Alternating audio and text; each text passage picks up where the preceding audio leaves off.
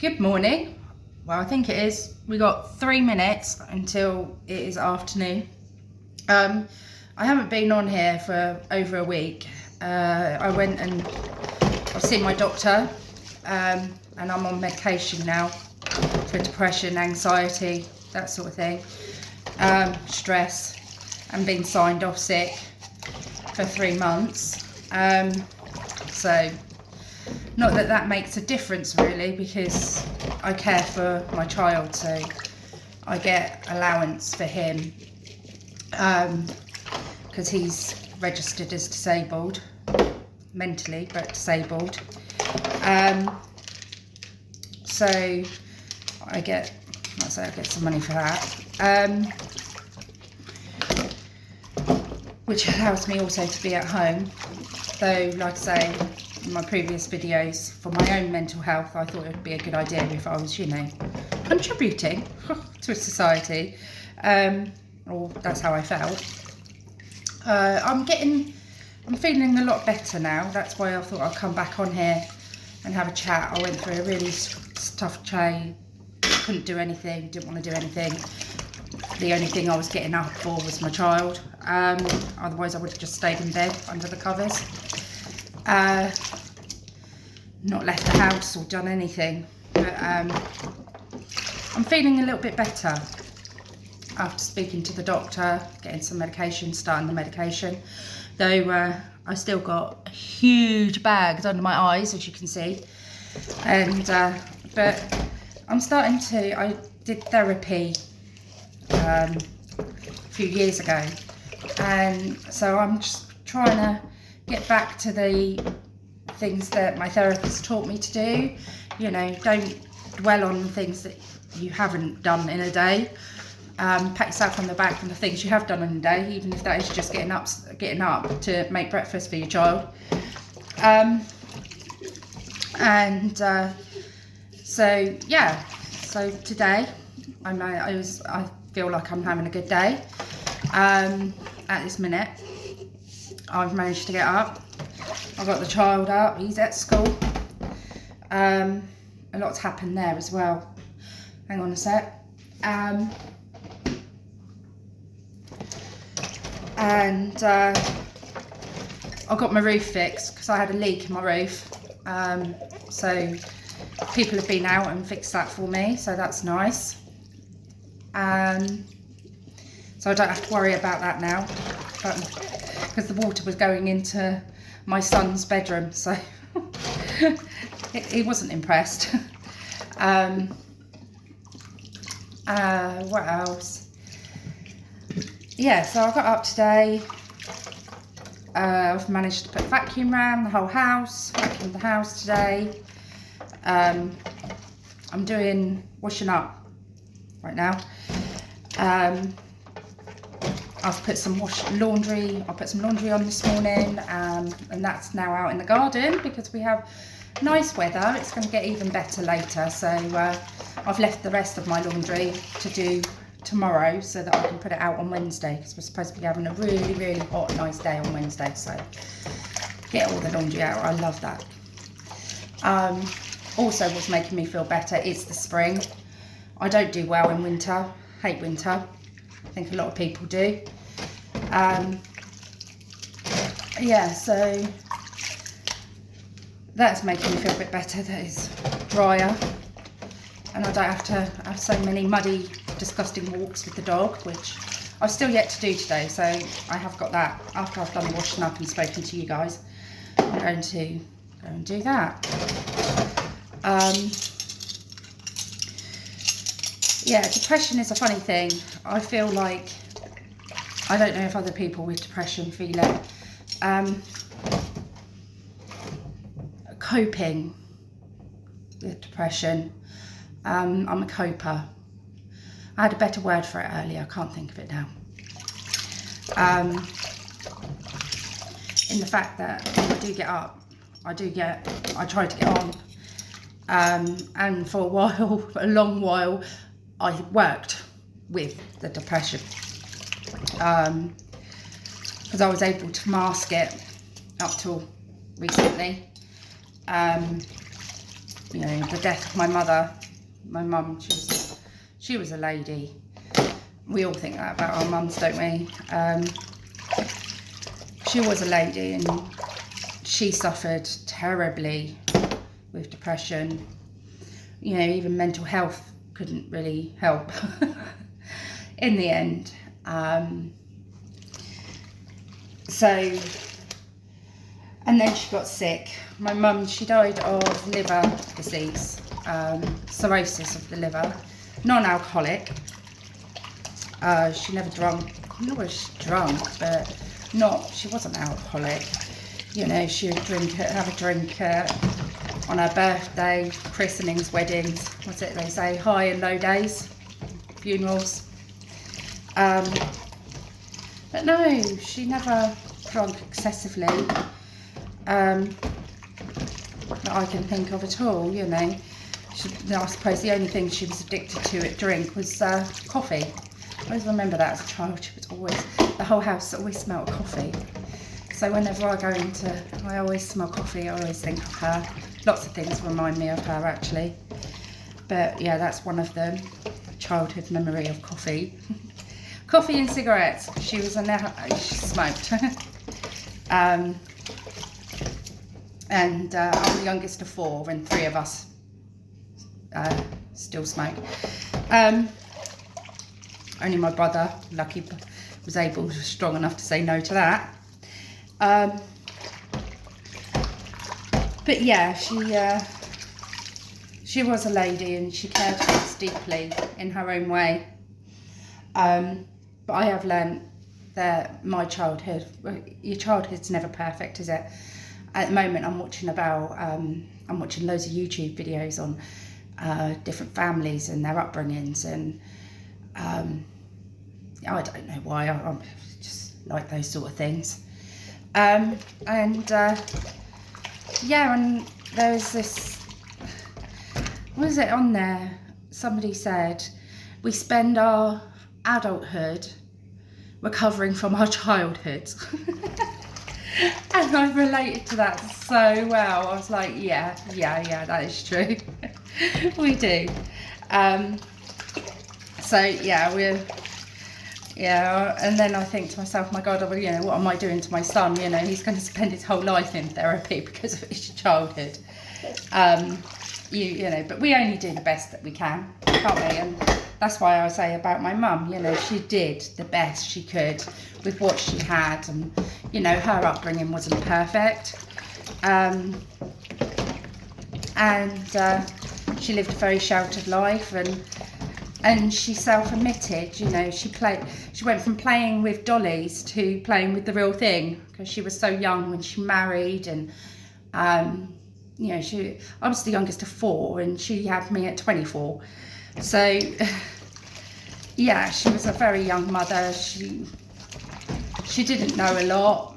Her own mother wasn't very maternal growing up. Again, self-admittedly, she did far better with us as grandchildren than she ever did with either of her 2 children, which sadly neither of them now are of this world.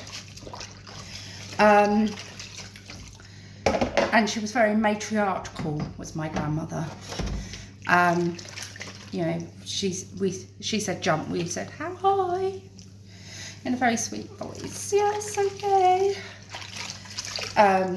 So yeah, I feel like I have a lot of trauma from my childhood, not in the physical or SA way, more in the mental way.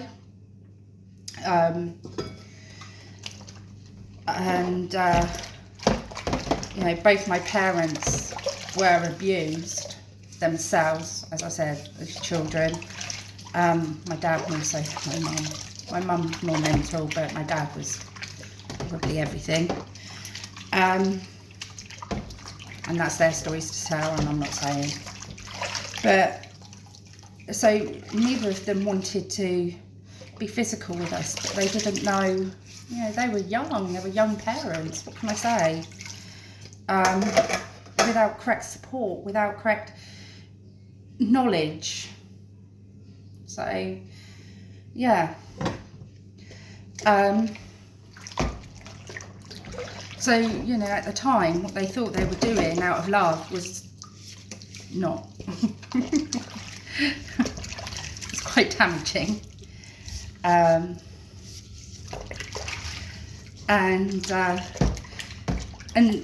the upshot of it is I have hardly anything to do with any of my siblings or my father, who is still alive, because I recognised in them that they were slowly doing the same mental abuse that they were doing on me, on to my son. And I was like, no, that's not happening. Especially after my son came out as transgender, I kind of very briefly said my son is, I've spoken more about his autism and his ADHD, but he also is transgender. First come out to me when he was 4, very young, and I didn't take it seriously. I allowed him to deal with that. He wanted his hair cut, whatever, you know, you're a kid, you're just a youngster. It doesn't matter if you've got long hair or if you wear trousers or a skirt, you know, you're all just kids. It really became serious around the age of 7, when he came to me and said that he wanted to be known as he, or not, he didn't actually say those words because he can't, you know, he didn't know what they really meant. He said he wanted to be known as a boy, and he wanted a boy's name. That was at 7, because it was year 3 when they were going into school. And so, yeah, he is under transgender doctors. We had an appointment, our first initial appointment was 5 years waiting list to see them. And because it was recommended that I put him on the waiting list when he was 5, because the waiting list is so long that if he did decide to change his mind again and say, no, actually, this being a boy is not what I want, then he could always come off the list. And that option is always still available, you know. But even when he came out and said that he wanted to be known as a boy and he wanted his name changed, that was only ever done through, you know, I contacted the school and said, you know, he would like to be known when he comes back to school that he's known by this particular name, and that name is Josh. And they said, well, obviously you can't change any of his records, his school records or anything like that, because he hasn't been done by Depop. So I was like, no, that's fine, I'm not doing that. Again, he's 7. So it was always there that he could change back. It still is, even now.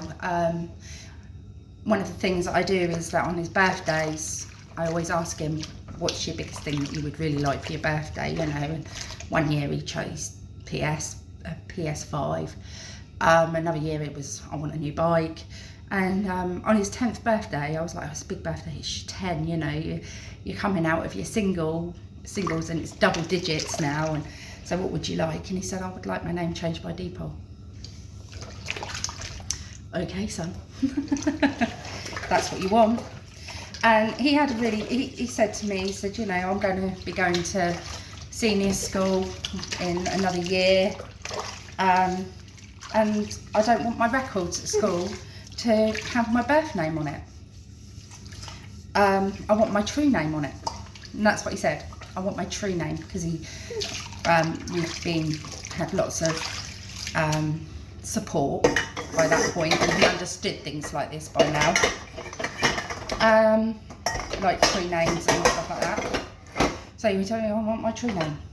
Okay, so yes, his name has been changed by Depop. Again, easy to change back. if he changes his mind. His birth certificate still has his birth name on it. That will always have his birth name on it. He can't get that changed till he's 18. His gender will always be female because that's what he was born as. Again, can't change that until he's 18. So things that are changing, things that he's choosing now, can always be reversed if he wants to. I don't think he will. He's lived longer now as Josh than he has as his female persona. And I've adjusted to it quite well. I now look at photos like of my daughter, and that was my daughter, and my daughter stopped growing at 4. My daughter stopped being my daughter at 4. So that was grief in itself. I don't know how other parents deal with that. As for people might question, oh, where's the father in all this? The father's not on Josh's birth certificate, on any birth certificate, on any records. His father, self-admittedly, he said to me one day, he said, I'm sorry I was such a bastard to you. He said, I'm still a bastard, but not that much of a bastard anymore. Josh has met him. Josh has spent time with him. And he doesn't seem to miss him, or he doesn't really talk about him too much. I do occasionally ask, but I always think that their relationship is their relationship, and you know, it's not for me to facilitate that relationship. That's for him to facilitate that relationship, and I told him that. But no, I didn't put him on the birth certificate. I didn't want him to have any claim over my daughter or my son. Let's put it that way. So yeah, there's a little bit of my background there. So anyway, I've nearly finished washing up, and this video is going on quite a bit. So I'll speak to you again soon. See you later.